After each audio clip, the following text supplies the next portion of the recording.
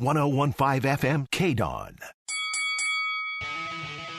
Ladies and gentlemen, welcome to the #1 professional wrestling radio show in Las Vegas. This is the Mark Hoke Show. The Mark Hoke Show. Going bell to bell with the best in professional wrestling news, entertainment, and lots of Sin City surprises from inside the squared circle.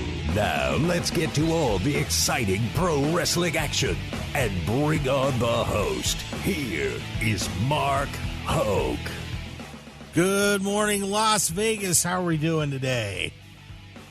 Oh, baby, I'll tell you what, the road to WrestleMania continues to heat up as we have more fun coming at you from SmackDown, and we've got SmackDown coming to Vegas, too. It's going to be a great weekend here in Las Vegas with that and a ton of other wrestling, of course, including Mecca from Future Stars of Wrestling.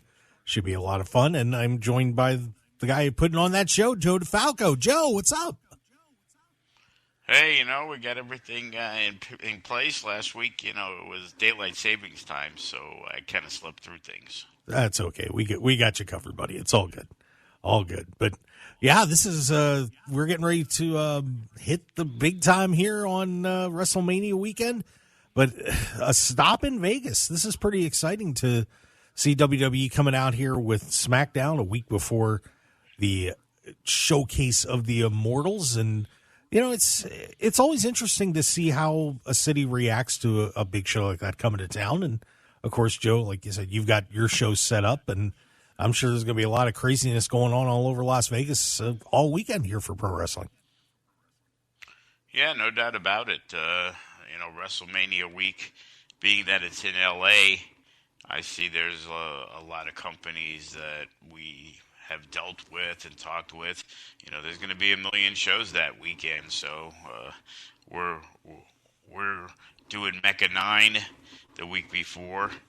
Obviously, next Sunday over at the Silver Nugget, we got Chris Bay and John Morrison, and we got stars from pretty much every major promotion in the world, whether it's AAA or Ring of Honor or AEW or New Japan Strong, Impact, former WWE guys, whatever it is. We pretty much loaded the show, so hopefully there'll be some people in town for SmackDown on Friday that maybe stick around and check out our show too. Well, why wouldn't you? It's Las Vegas, for God's sake. Stay around. It's going to be a blast. Plus, we got another edition of the Mark Hoke Show, too. So, and of course, I'm going to be head down to WrestleMania with a couple of guys from the station. So we'll be doing a special edition of the Mark Hoke Show from L.A. coming up in a couple of weeks. So that's going to be a lot of fun. But I got to tell you, Joe, we have a great guest coming up in hour number 2, as we are going to be joined by one of the legends of pro wrestling and one of the great tag teams of all time. Bobby Fulton is going to be joining us here from the Fantastics, and boy, that's going to be a lot of fun to get to talk to Bobby, isn't it? I hated the Fantastics. I was a Midnight Express guy. So. You hated everybody.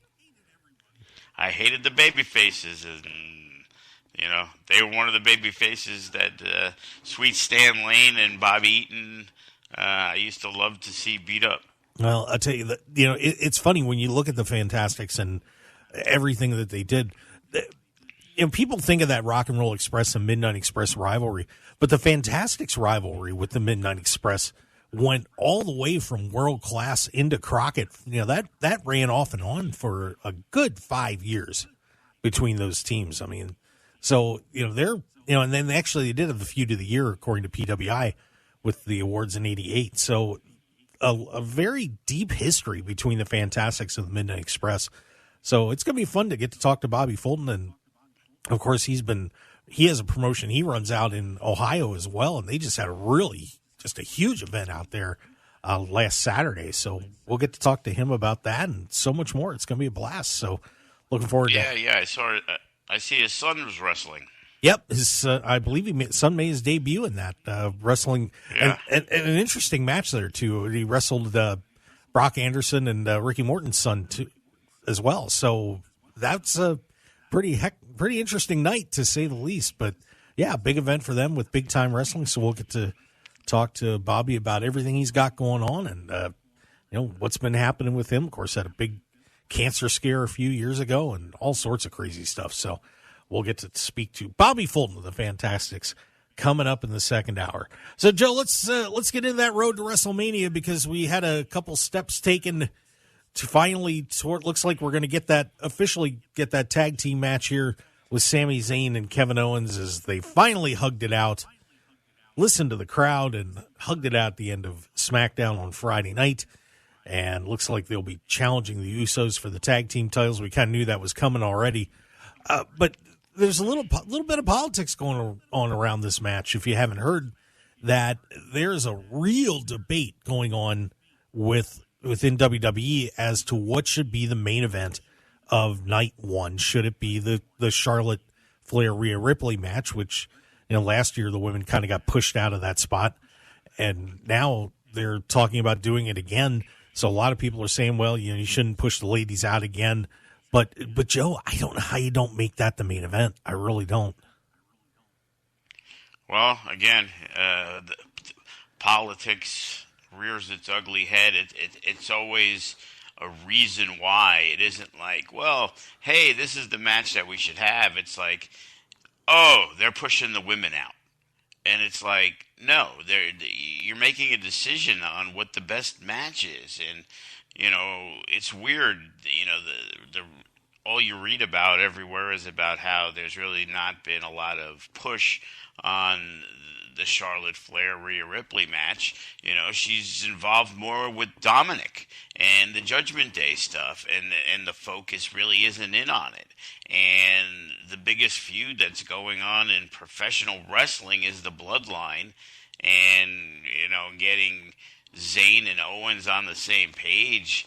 It's like, sure, let the women follow, and nobody's going to care, and then they're going to complain about that. So it's like there's no way to win in that situation. It's like you make the best decision, and everything isn't based on, oh, well, there they go again, not taking care of the women, the Bella Twins, they're quitting because they're not focused on. And it's like, you do need to understand that there's, 40 guys on the main roster, and there's 14 women on the main roster. So logistically, it's pretty hard to have 7 women matches on a show and 3 male matches. It just doesn't work that way. And everybody wants to read into everything, and that it's just Twitter and Instagram and Facebook or whatever it is. Everybody has their opinion about everything, and I think there's people like that deliberately go on there just to try to stir up crap. And doing the wrestling, you see things every week, and another wrestler that I've used, big name guy, got canceled this week, and then last night I'm looking, and 2 WWE guys, there were supposedly nudes leaked, and it's like, oh, are they going to fire these guys? And it's like, oh my God, like, what is everybody talking about? It's like everybody wants to, destroy everything that people have built up in this business. And it's like Charlotte Flair, she's had her WrestleMania main events. To be honest, I don't care that much about Rhea Ripley and Charlotte Flair. It's like they keep putting her in that main position. It's like you want to see fresh matchups, and I guess they've not had matchups, but it's Charlotte Flair in there again, the 25,000-time champion who holds belts for 2 weeks and then they take it off her. So, there's no doubt that Kevin Owens and Sami Zayn against the Usos should be the main event, because I'm pretty sure there's going to be new tag team champions. And that's a big deal, because the Usos have held the belts forever. Yeah, and I think it would be doing Charlotte and Rhea a disservice by putting them on after that. It just seems to me that you've been building the storyline for so long with the Bloodline, and now in Sami and Kevin, and if you threw them, say, in the middle of the card, or if you opened with them, everybody would kind of be to a point like, okay, well, this is the one we came to see, so what about the rest of this card? Why should I care? to a point. I mean, obviously there's going to be some great matches, and I would imagine the Intercontinental title match will probably be on night 1 too, and still haven't been announced yet. But I think you'd be doing a disservice to the rest of the performers by, say, opening with that tag match and letting everybody else just kind of twist in the wind there. It just doesn't make any sense. Well, they didn't seem to care when they had Sheamus and Bryan Danielson go 9 seconds. So now why is there such an uproar? Charlotte Flair is a miserable babyface. Like, she's not that well liked as a babyface. She's a far better heel. But because of this storyline, Rhea Ripley's the heel, but more people like Rhea Ripley. When she wins, the crowd's going to go nuts. So it's kind of really difficult because of that situation also. It's like, so the babyface should be the heel, and the heel, even though she is a heel and dastardly, they're loving the stuff that's going on with Dominic and Ray, and they're in a bad position because the crowd, I'm pretty sure, is going to be behind Rhea Ripley the whole match anyway.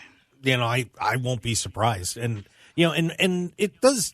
It's interesting you bring up the Rhea Ripley situation, because you did mention the dichotomy that's going on between she's involved in the Judgment Day situation, and then she's also got this match with Charlotte too, and it's like two different directions, and that really that's got to be difficult for her and for the creative team to kind of work around that, considering you've got a situation where she's supposed to be a hated heel, but she's actually pretty well liked as a heel. And then you put her in a spot where she's in another situation where she's a heel, but she's kind of not. It's a really weird place for her to be in at this point. I don't know how you really handle that. Well, they have to let it be, and that's fine, but just don't put her in the main event. It's not deserving of the main event. It's not, oh, man, they're messing with the women again. It's like they're going to have a tag title match. They're going to have a singles match. They're going to have another singles match. They're going to be all over the card. It's like, go home on night 1 with what you need to go home with. If it's Cody Rhodes and Roman Reigns on night 1, which obviously it won't be because that would be the main event, period. So, if Cody Rhodes is penciled in with Roman Reigns on night 2, I'm pretty sure The Rock won't be there. So what's your next best option? You're not going to do Steve Austin and LA Knight for sure. No. So, what are you going to do? Bray Wyatt and Bobby Lashley? You don't even know if that's happening. Brock Lesnar and Omos? Absolutely not. So you got to do what's best for the card. Is in the long run, does it affect how many people are going to watch? No. But you want to end the show on the high note. And the high note is a babyface winning a championship over a heel winning a championship. If you're looking at how you're going home, that you want the crowd to go home happy, and the crowd will go home extremely happy with Owens and Zayn. Yeah, I would agree 100%. So I can't see how they cannot make that the main event for night 1, but I guess we'll find out. By the way, Joe, do you know when the last time a tag team match was the main event at WrestleMania? I don't, because I know Vince McMahon hates tag team wrestling, so it probably was a very long time. It was a very, very long time ago. As a matter of fact, it was the first WrestleMania with Hogan and Mr. T against Piper and Orndorff. That's the only time a tag team match has ever main event at WrestleMania. So this. Wow, I thought it was the Bolsheviks against the Hart Foundation. No, Joe. Shame on you for even saying that. That's terrible. But yeah, so it's been a really long time since a tag team match has headlined WrestleMania. It kind of makes sense, obviously. Your main event should be the World Heavyweight Championship. So it'll be fun to see if that finally comes to fruition and we get a tag team championship match main eventing a night of WrestleMania coming up. All right. So hey Joe, I think we're going to take a break, and then when we come back, we've got a lot more WrestleMania news, triple threat coming up. And of course, don't forget, second hour, we are going to hear from one of the tag team legends in the sport, Bobby Fulton of the Fantastics will be joining us, to stick around for that. A jam-packed show here on the Mark Hoke Show on KDWN 101.5 FM. Stick around for the best in pro wrestling news and entertainment. 101.5 FM KDWN. This is the Mark Hoke Show. The Mark Hoke Show. Here again, your host, Mark Hoke. All right, let's keep this party rolling here on the Mark Hoke Show on KDWN 101.5 FM. We are the talk of Las Vegas. I got an issue. Uh-oh. I got an issue. Uh-oh. What's an issue? Why is John Lindquist not saying my name anymore? Well, we made some. We changed the open up a little bit, but we're all good. We'll take care of it. Don't worry. I had to make an opening change for a. Yeah, don't worry, Joe. You're still here. So I get eliminated from it? No, you didn't get eliminated. There's work being done. Trust me. Oh, okay. Yeah. Yes. Just checking. I had the opener and over. I had to do something real quick, and we're getting other stuff done. So hang in there, buddy. All right. Don't panic. You're still Joe DeFalco. We all know this.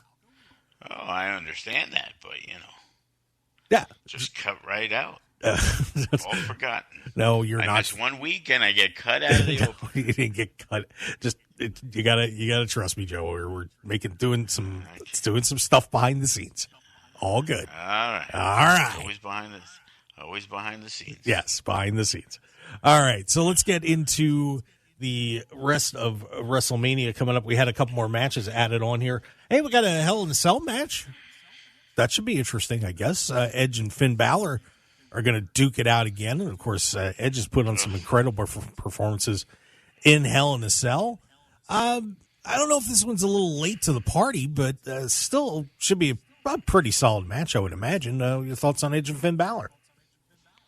Yeah, I guess, I thought the feud was over, Edge and his girl against Finn and, Rhea Ripley, but I guess they needed something to do for WrestleMania, and that's also the issue of two-night WrestleManias. Now they're trying to find 14, 15 matches, and there's just not any hype behind them. I just remember back in the day, you'd focus on your 2 or 3 matches. And again, there wasn't any of these super matches. So, go back to WrestleMania 6, 12, 20, whatever, you're going to get those mid-card matches. But it seems like they did a better job in the past making us at least care about these mid-card matches. And right now, it's just you look at matches and it's just like, hey, who's excited about Lesnar and Omos? Well, almost nobody. And, it really can be done in one night. But I guess more money's made if it's in 2 nights. But it just looks like an extended version of Monday Night Raw to me. So I don't know. I'm old, maybe. I don't know. Yeah, I know they're trying to do some film matches, and I think this will still be a fun match to watch. But it seemed like that should have been over. But I guess you got to try to figure out what to do with Edge, and I suppose it made sense. But yeah, we'll see how that goes. But once again, I think we kind of got to look at it's still going to be a good performance. So I would imagine. Well, we'll be all right. It'll be a good match. Edge always gives you a good match, but it would be nice for us to care. Obviously they haven't yet, but you got Dominic and Ray coming, and at least that's been built up for months. So the idea is when Ray finally gets his hand on the kid, people are going to care, and it's going to be crazy when Karrion Kross comes in and helps Ray and forms the new tag team. Oh, there you go. That wouldn't be bad. Well, we've got a triple threat match for the Intercontinental title, and of course, we were trying to get this settled with Drew McIntyre and Sheamus as they were that 5-way match, got down to a 2-way match. The boys from Imperium stuck their noses in, and so now Gunther will have to defeat both of them to retain his Intercontinental title. I was kind of looking forward to this one being a one-on-one somehow, but this should be a pretty hard-hitting, fun match, to say the least. You get a lot of guys that are very physical. I think it should be a pretty exciting match, to say the least. Your thoughts on Gunther taking on Drew and Sheamus in the same match for the title? Well, the logic is terrible. It's like, okay, let's interfere, guys. That way I have to now beat two guys after. It makes no sense. But they couldn't do a one-on-one match because if they did, one of them would be left out. And unfortunately, again, bringing up his name, Karrion Kross kind of got lost in the mix. There probably would have been a better opportunity if things worked out right with Kross and, say, versus Sheamus, which we never saw before. And then Drew could have went one-on-one with Gunther. And unfortunately, Kross kind of got lost in the shuffle. So they needed – there's no doubt Sheamus and Drew McIntyre, of course, are deserving a spot on WrestleMania. And if you chose one over the other, then the other one would be left out. It just bothers me because how many times are Drew and Sheamus, it's the love, hate, love, hate, love, hate. But how many times are you going to turn them back and forth to hating each other to loving each other? It's just exhausting. It's like, oh, I can't stand this guy. Oh, wait, we're tag teaming again because we got nothing for him. Oh, they hate each other again. Yeah, I saw Sheamus with the post, and, Drew's the backstabber because he's trying to get the shot. And it's just like, again, the three-way match will be excellent, but the build does nothing for me. Yeah, and I'm curious to see what they're going to do with Kross on WrestleMania. I'd love to see him get a match, but you kind of thought they may have been headed the way to a point of him and Ray, but then it looks like it's going to be Dominic and Ray. That still hasn't come to fruition yet. They're still building that, and it's like, well, let's get this announced here pretty shortly. We don't have much time, but I don't know. I'm curious to see what they'll do with if Kross is even going to be on the card. I mean, if you're close to him with FSW. Do they have the Battle Royal this year? No, there's they haven't announced a Battle Royal. They are doing these fatal four-way tag team matches. They're calling them the WrestleMania Showcases, and was going to get into that. We have Liv Morgan and Raquel Rodriguez are going to be taking on three other teams, and then there's going to be four men's tag teams in a four-way as well. So I'm guessing one of those will be happening. They haven't said what night yet. I would imagine they'll probably split those up. And is it pre-show matches or no? This will be on the main card apparently. So really, yeah, wow, that seems horrendous. But Karrion Kross at this point, there's nothing for a Karrion Kross, a Madcap Moss, a Corbin. But the biggest thing is, how does Solo Sikoa not get a match on WrestleMania? I haven't heard nothing for him. What's he going to do? Yeah, that is a good question. He's just going to come out with the bloodline? Like, seriously? This guy's been pushed. No losses. Like, people would be excited for him to have a match against somebody. But who? Yeah. There's, that's the one issue that you have when you have a ton of talent like WWE has, trying to figure all that out. And, I mean, that's one thing that I'm, and to use your expertise here for a minute, when you get so caught in one storyline, because obviously the Bloodline really took everything over, and then you have Cody coming in there as well. Obviously, he's going to be doing the main event, but that's all kind of tied together. The rest of the group seems to have somewhat suffered from the Bloodline kind of bleeding over into everything, and people kind of forgot about the rest of the roster to a point. And it seems like creative may have slipped up a little bit and forgotten to push some of these other storylines heavily and create everything leading up to WrestleMania. I know a lot of times, we've seen WrestleManias in the past where, I think last year things got really thrown together late. But other ones we've seen a lot of good build-ups with the undercard, and right now it's kind of the middle of the road, I'd say, on that. Well, take a look at, say, 6 months ago when, Bray Wyatt comes back, and there's the Wyatt Six and his Uncle Howdy Bo Dallas and stuff. And that's pretty much been disappeared.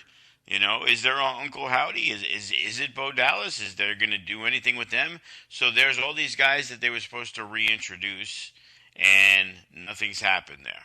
Braun Strowman's come back, and I guess is him and Ricochet part of that tag team because they have been using them. But other than that, there's Ricochet and Braun Strowman, and that's what happens when you have so many people on a roster. That on these big shows, it becomes more noticeable that you don't have anything for them. Nobody expected Madcap Moss or Corbin or the lower end guys to be in there. But there's so many guys, and now, you know, Dominic and Ray. Okay, well, Dominic and Ray and Finn Balor and Edge and Rhea Ripley. So I guess Damian Priest doesn't have anything to do. You know, AJ Styles, I assume he's still injured. Randy Orton's still injured. But look at all these guys. You know, take a look at the people that aren't in WrestleMania this year, and you basically have a Hall of Fame cast of characters that aren't even going to be on there. But then we're putting together matches that people are like, oh, who cares about that one? Who cares about that one? So it's like, well, Brock Lesnar and Omos. Okay, he's the big 7-foot giant that isn't very good. But he's getting a spot on WrestleMania while the hottest storyline is the Bloodline and the guy who's come along and really inserted himself as the force of the Bloodline, Solo Sikoa. There's not even a discussion of him having a match. So it's just kind of crazy because you see how great the Bloodline storyline is. And then all of a sudden, you see so much going on WrestleMania over the last couple of months that it seems like they have no idea what they're doing. Like, nobody even knows if Bray Wyatt's going to wrestle at WrestleMania. Well, if that happens, who's Bobby Lashley wrestling? You're going to tell me you're leaving that guy off too now? Because now there's more issues, and there's probably more to the story on the Bray Wyatt thing, but, you know, nothing's been leaked. We haven't heard anything. Oh, there's issues. Oh, there's creative. Well, why would there be creative issues? He's scheduled to wrestle Bobby Lashley. That should be where creative is going. So that kind of seemed weird to me that they were claiming there was a creative issue going on between Bray Wyatt because he already had his storyline feud set up for WrestleMania. All they have to do was keep it going. But that hocus pocus, it's starting to wear off, and people seem to be turning on Bray Wyatt. And now nobody seems to care about who the other people are supposedly in it. Yeah, and, you know, that whole situation with Bray Wyatt, in case you didn't hear, apparently Bray's got some sort of physical issue. There was a rumor that there were creative issues, and Bray missed a show at Madison Square Garden a couple weeks ago, and you know, a lot of controversy surrounding Bray Wyatt, but we don't know if he's going to be able to go with Bobby Lashley. But, you know, one on the other side of it, you know, one thing that I think is a possibility with some of these guys getting left off is, you know, as bad as it is that maybe they're not having a match at WrestleMania, that they may have plans for them afterward, and you don't want to mess that up by just throwing them out there in a match at WrestleMania that you don't have planned either. You know, there may be plans for Kross, there may be plans for Solo, and putting them out there just to have a match may not be fitting into what they're trying to do. So, yeah, I mean, there's always long-term ramifications when they're booking. So, and it's kind of hard to say, but yeah, it's interesting to see where this is going to finally end up when the card is settled. I would imagine by next week. I would hope so. Yeah, and I'm just curious if some of these issues are because of the fact that Vince is around again. You know, you hear multiple stories like, did Triple H get, you know, everything that he wanted, and then all of a sudden it was like, oh, well, Vince is around, and now things have kind of changed, and you wonder because it sure seems like the guys that Triple H brought back in seem to be floundering. You know, no offense, but, you know, nobody cares about Hit Row. And Shane Strickland was the guy who led it, but they had no time on the main roster, and they brought him up to the main roster as if people were going to care, and they really didn't. And they kind of threw Kross in, and he was going to feud with Drew and Roman Reigns, and They had no matches. Bray Wyatt, physical issue. From what? Wrestling one time in 6 months? Yeah, that is very... It's like they've signed these guys. Kross, you see him on SmackDown, and he's cutting a promo, and you don't see him for 3 weeks. And then he's got a random match, and then you don't see him for 3 weeks. And as I stated months ago, you can't bring in 20 guys and not get rid of anybody because you have to make room. And it just seems like everybody's getting little tastes. We talked about that with AEW, about there's so many guys. And I think that same situation's affected WWE, that, instead of building something for a few months, you get one shot, and if it doesn't seem to click that well on SmackDown, then you might not be on for another 5 weeks. So it becomes even more pressure-filled now that Vince is back, and you got fired because Vince didn't want you, and now Vince is hovering around gorilla position. Yeah, and there is no doubt that Vince McMahon's presence has certainly making some changes to what's happening in WWE at this point. And, of course, right at the worst time. So, well, hey, Joe, let's take another break here. And when we come back, are the titles going to be split? Are we going to have two champions again in WWE? That's the rumor coming up. And, of course, we'll talk a little bit of AEW before we get to our special guest in our second hour. Bobby Fulton of the Fantastics is going to be joining us. So stick around, everybody. We've got a ton more to do here on the Mark Hoke Show, the best in pro wrestling news and entertainment. Tired of the same boring food when you're out for breakfast or lunch? I'm Mark Hoke, and I have an idea for a different place to go with unique food you're sure to enjoy, and that's Unique Eats. Take some time out of your busy day and stop on in to Unique Eats, featuring celebrity chef Dominic Tedesco and his friendly staff. Whether it's a great start to your day with one of Unique Eats' amazing omelets, or lunch with his incredible sandwiches, pasta, and award-winning pizzas, you'll be in for a fantastic dining experience that won't break the bank. Unique Eats also features a smoothie bar and full vegetarian menu as well. Plus, if you need catering, you can count on Unique Eats no matter what the occasion. So what are you waiting for? Get on over to Unique Eats at 3100 South Durango, Suite 100, open daily until 3 p.m. Call them at 702-992-3038 or visit uniqueeatslv.com for their full menu and catering info. Break out of the same old routine and have a great meal at Unique Eats today. 1015 FM KDWN.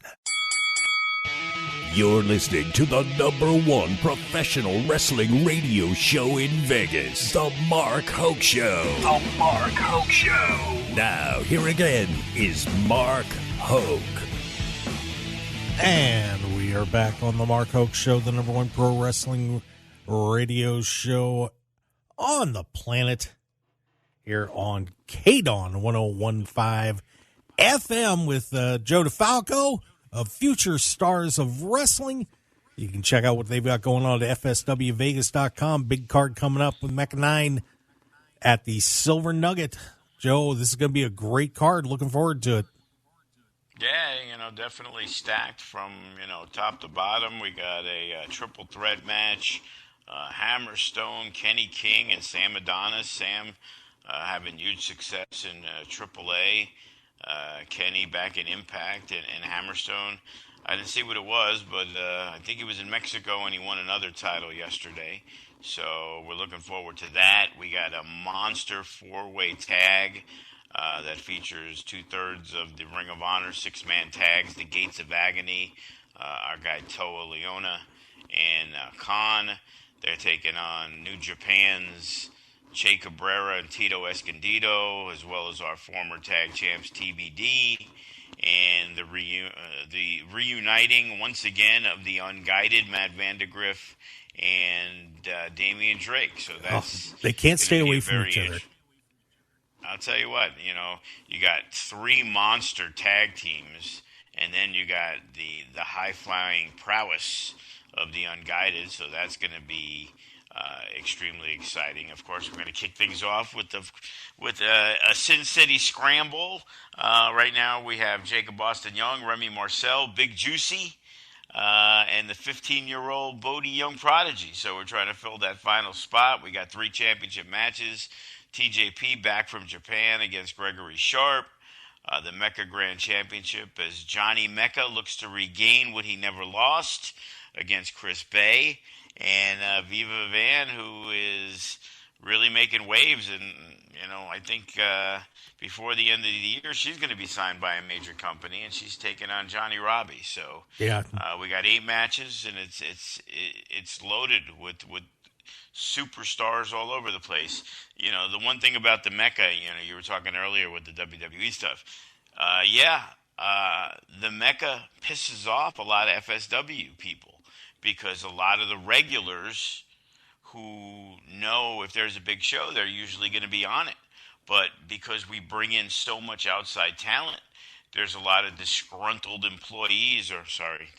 independent contractors who got anything for me at the Mecca?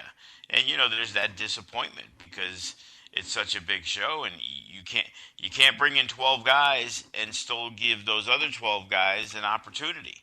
So, guys who would normally be very unhappy about being in the pre-show are now excited to be in the pre-show if it means they're left off the card. So right. It's usually, I get so many of the wrestlers, and sometimes they're guys that, they get to be on the shows, and they're not at the top of the heap. They're not champions, and they still believe that they're good enough to be on that show. And it's like, unfortunately, that's not the case. And sometimes you have to hurt some feelings. Yeah, and there's probably going to be some hurt feelings after WrestleMania, too. So we'll see what happens there. We just got a report, Joe, that they're going to be splitting up the World Championships in WWE. Right now, a report, from WrestleVotes via Give Me Sport. Apparently, they plan to be cleaning up the world title scene by SummerSlam. Here was the quote: "This is the final mess, and you can really call it a mess. This is the final obstacle, and the team is working to overcome that. There was never a plan when Roman Reigns won the titles a year ago.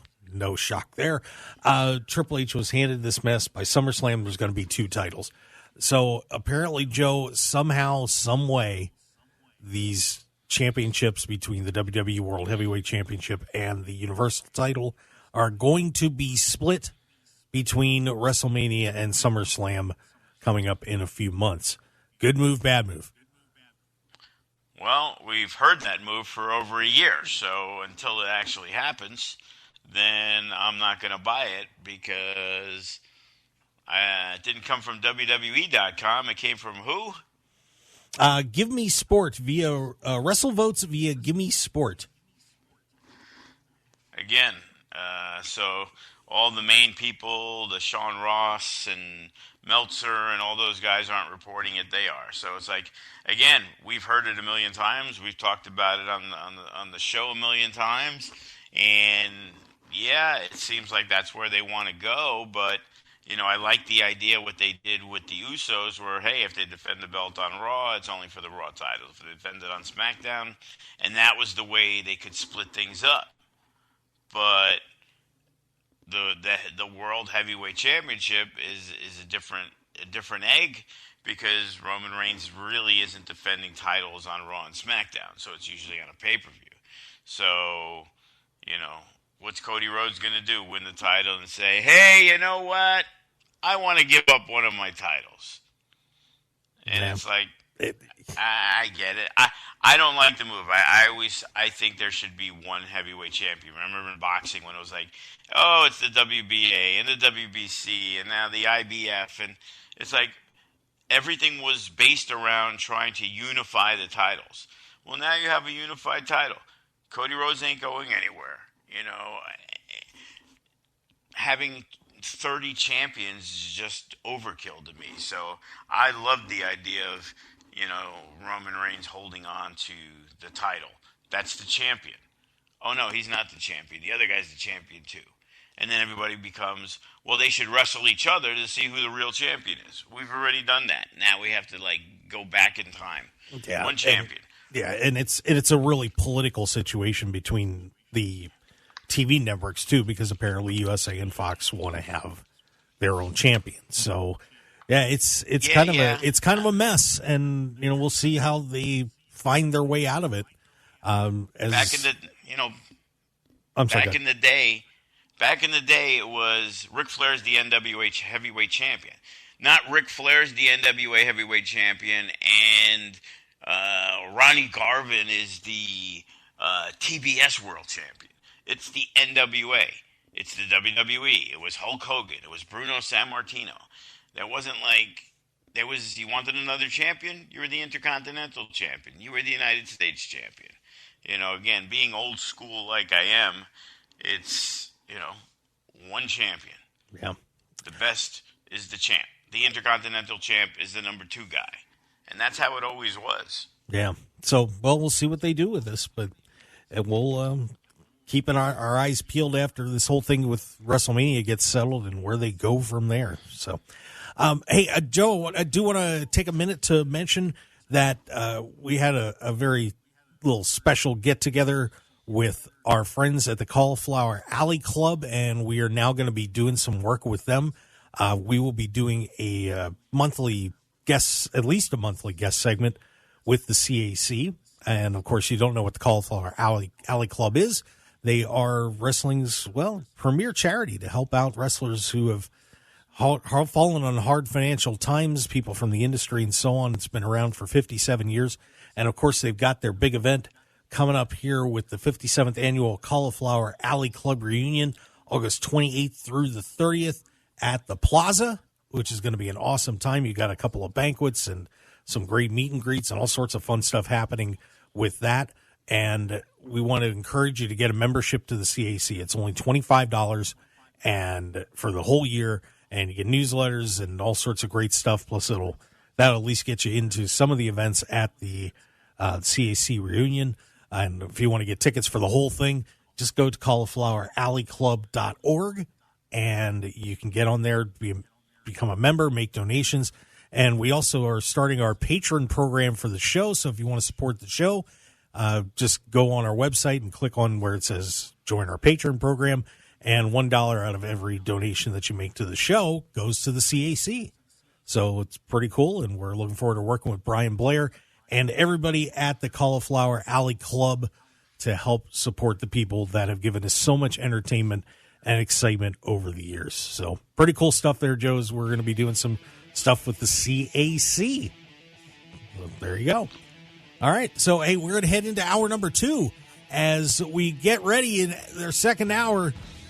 It's going to be fantastic, literally, as we are joined by Bobby Fulton from the Fantastics as we talk about his legendary career in that amazing tag team from the 1980s and 90s. So stick around, everybody, for hour number 2 on The Mark Hoke Show. We will be right back.